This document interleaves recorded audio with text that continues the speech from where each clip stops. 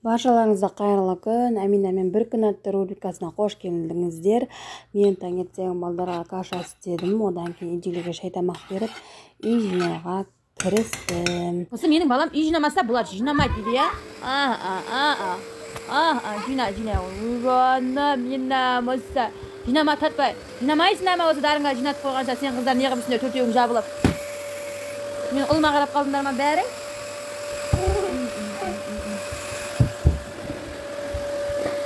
Одан майлықтарымды қайнаттым.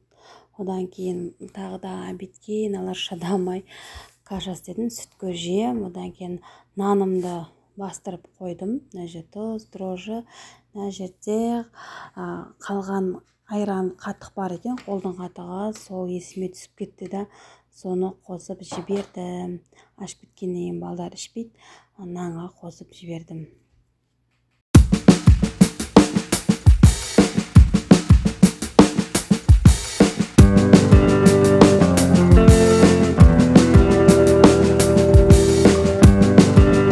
Жұмысы ауыр, нанның бәрін шашып, жуанның бәрін шашып, бәрін істеу оңай ма? Емген жерінде ұйықтап қалады, жатқан жерінде, бұлтыл күшкен жерінде ұйықтап қалады, байғұс. Одан кейін тез етіп, обедке дейін пылесостап тазалап алайын деп, залдан бастап, бәрін чеке-чеке қылып, пылесостап шықтым.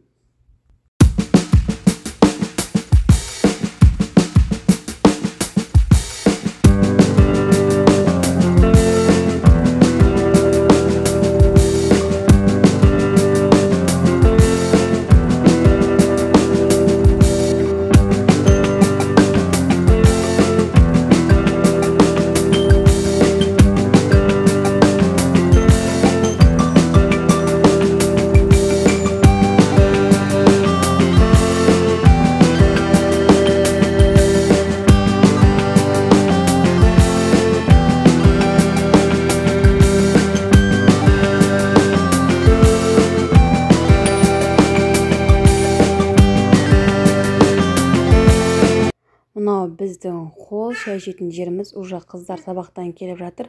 Үстіне қазір барлығында жакет тіктіріп, садик, мектеп барлығы жакет тіктіріп киіп жатыр екен.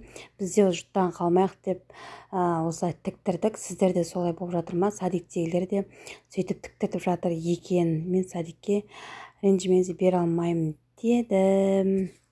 Садикке не керек? Сонымен осы холлды да тез етіп жинап тазалап алдым.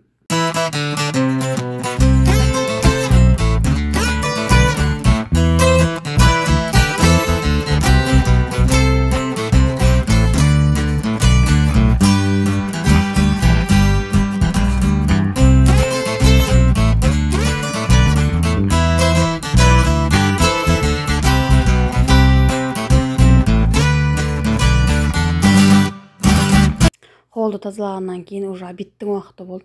Тез қарынды қуырып, апыр-топыр тамағымды істедім. Уақыт жоқ. Уже қазір даладағылар обедке кіреді.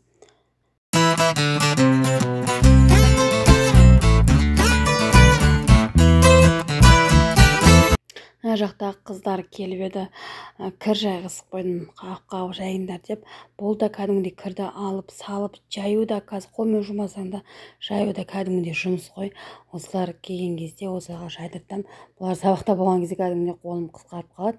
Сөйтіп апыр-топыр арасында жүріп кухнямды да тазалап алдым. Обязательно Дармен районы жағаласып жүр ғой маған.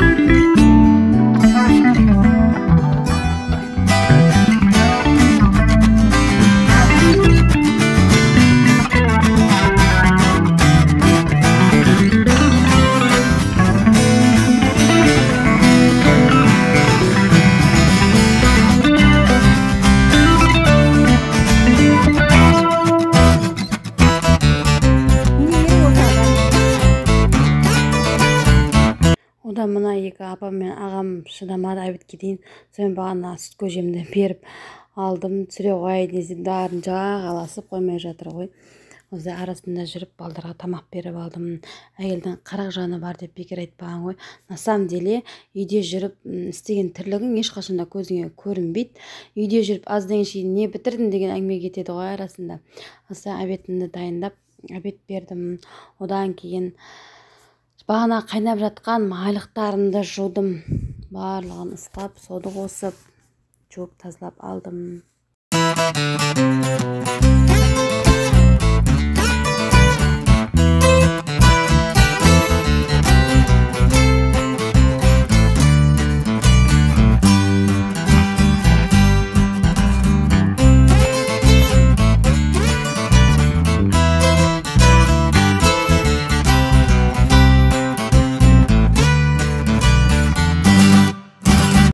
Арасында жүріп бестің шайына деп бір нәрсе пісірейін деп асқабақты суға қайнатып қойдым. Содан кейін даладағыларға шай апарып берейін деп далаға шай апарып бердім.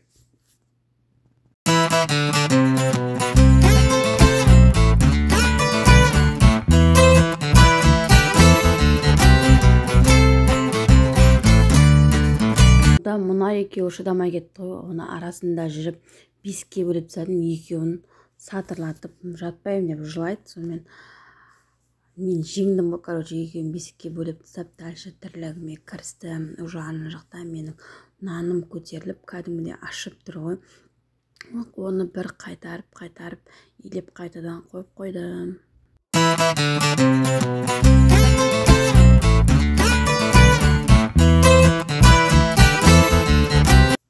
Одан кейін күйеуім аяқ астынан жолға шығам деді пойызға. Осылай тамақ істеп үлгергенсің ғой.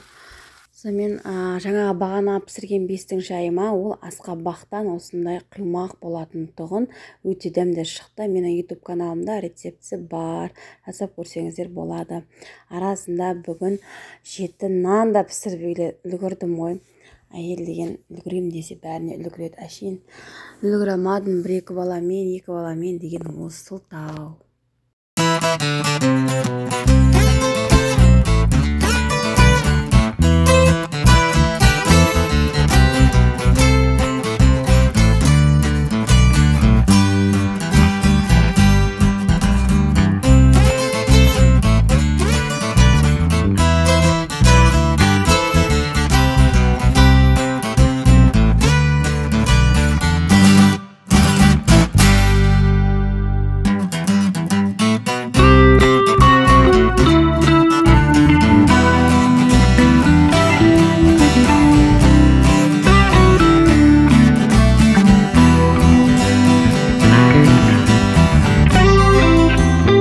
Осылай уже кеш батты. Әнімне дегенше абысыным да сабақтан келді.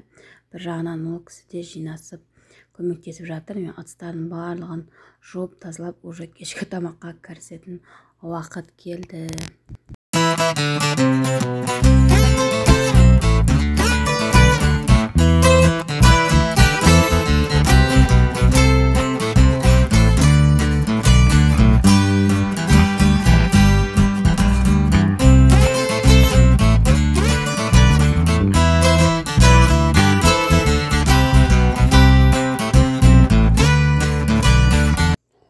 Осылайынан арасында кешкі тамақты сүйегін қайнатып қойдық. Кешкі тамаққа бізде сорпа тамақ. Осылай ішіп жеп, ыдыстардың барлығын жуып, үйдегілерге шай тамақ беріп, демалайын деп жатқан жайымыз бар. Баршаларыңызға қайырлы түн, ұйқыларыңыз тыныш болсын. Мені қолдап, пікір қалдырып, лайк басып, комментарий жазып, тіркеліп кетіңіздер. Сіздермен болған келіндерім.